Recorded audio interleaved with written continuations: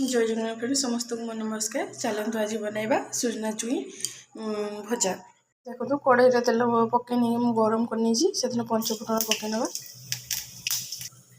एवं चलतु सुजना चुई पकई ना। आगु सीझे काढ़ी नहीं किसी मैं अल्प भाजवा। एवं चलतु से मसला पकई ना।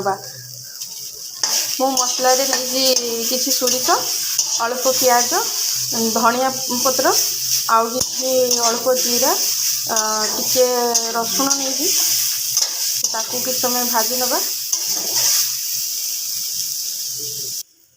एबे से धनिया गुंड पकई नवा आ राग लंका गुंड मु आगुरी हल्दी लुण पकई सीझे तो से हल्दी पकाऊनी मो द्वारा गोटे भूल होता मुझे अधिक सीझे देती आपण से भूल करें। देखो फ्रेंड्स केते सुंदर देखा आपण भी थोड़े भाजिकी एमती खातु सुजना चुई को। और एबे तो नुआ नुआ सुजना चुई भाजु बहुत सुंदर लगे।